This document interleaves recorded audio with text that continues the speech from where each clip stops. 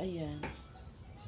Dahil may project tayo, may gagawin tayong kortina, may order, kailangan muna natin mag-kondisyon ng ating makina. Kaya bumili ako ng langis para sa kanya. Kailangan ko siyang langisan dahil nga siya ay maingay na. Maingay na dahil itong aking makina ay may kalumaan na. Ayan. Mabigat. Ayan. Kailangan ko siyang langisan dahil ayan. Ayun siya. Tuyo na yung loob. Kulang na talaga siya sa langis.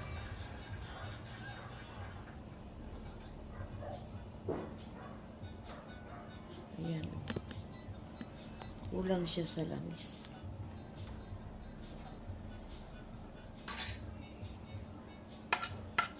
Ayan. Kulang na siya sa langis.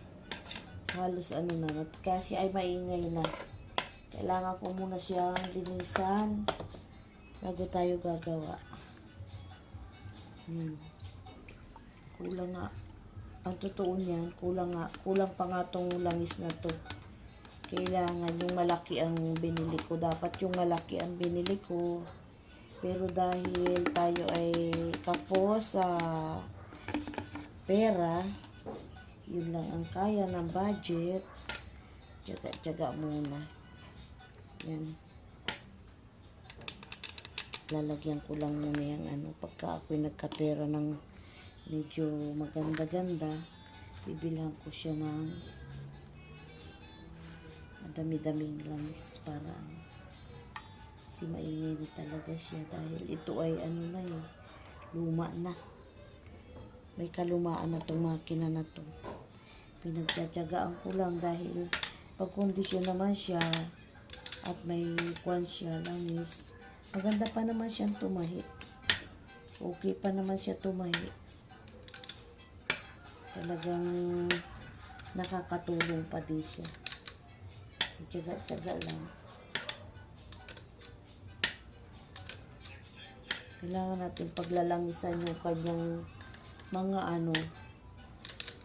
mga tornilyo baga. Kailangan basain ng ng langis para mawala yung sobrang maingay siya.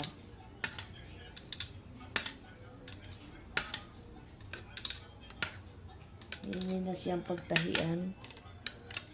Yan, kailangan yung mga loob na yan.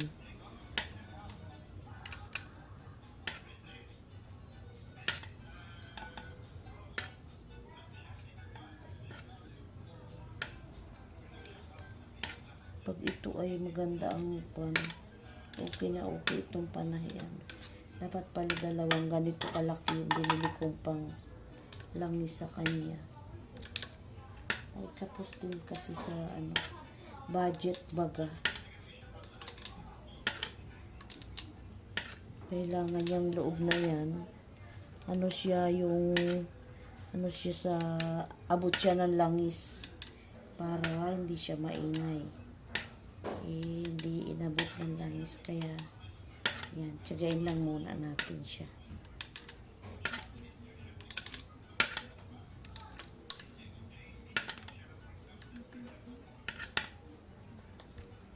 Ito ay pinarepair ko lang din ito dahil dati nababagsak na itong mesa niya. Nabagsak na, marupok na talaga dahil nga ito ay mahuna, luma na, masyadong luma na itong makina. Tinatyaga ko din dahil natahi pa naman siya.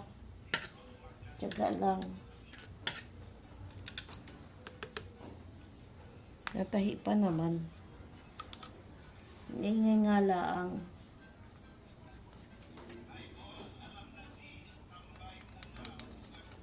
Yan. Yun na, may mga kalang-kalang na nga yan.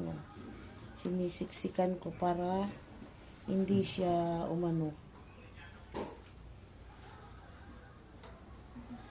nasiksikan ko yan para yan. Ang bigat niya. Mabigat yan. Okay.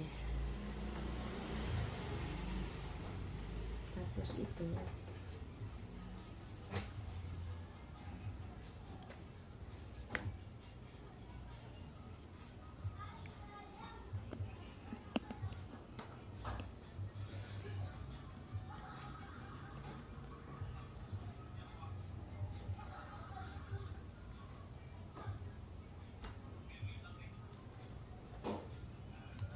Wala na rin pala yung ano ko. Naubos na din. Konti na lang ang laman.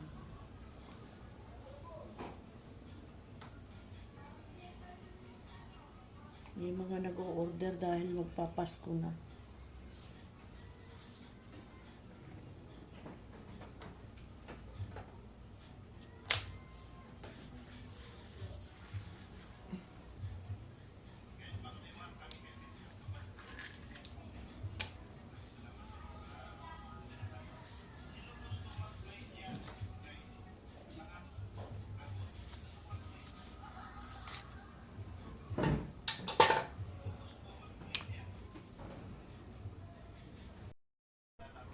Tapos, dahil pula yung ating tatahiin, maglagay na tayo ng ating sinulid. Natin palitan yung ating sinulid na kakulay ng ating tela.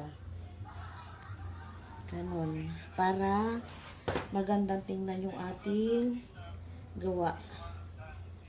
Yan.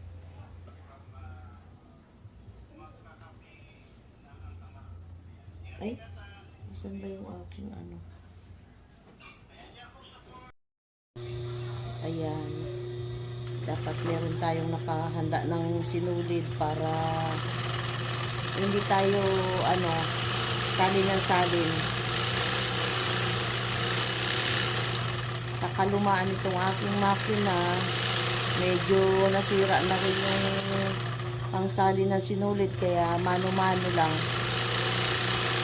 Kaya ihahanda ko na yung sinulid para hindi ako palit ng palit.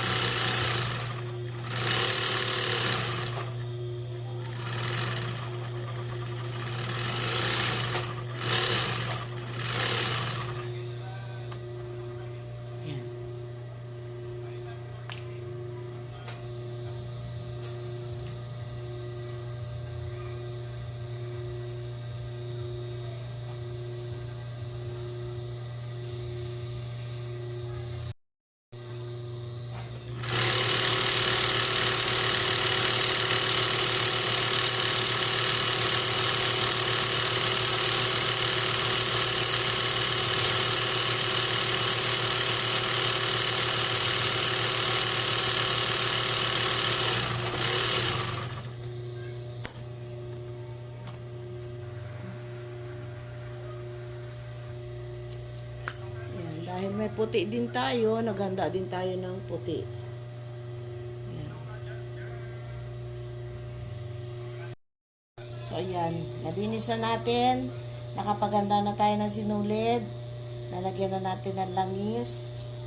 Testingin na natin. Testing.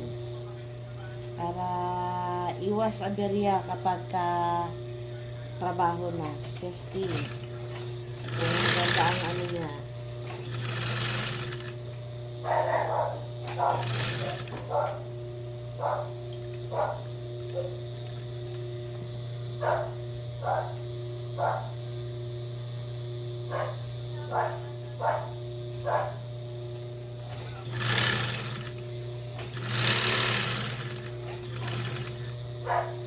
So, okay naman. Okay na okay yung kanyang tensyon. Kondisyon na siya. So, ayan. Hanggang dito na lang muli ang aking vlog. At magkita-kita tayo sa susunod kong project. Bye-bye. Thank you. Salamat sa support.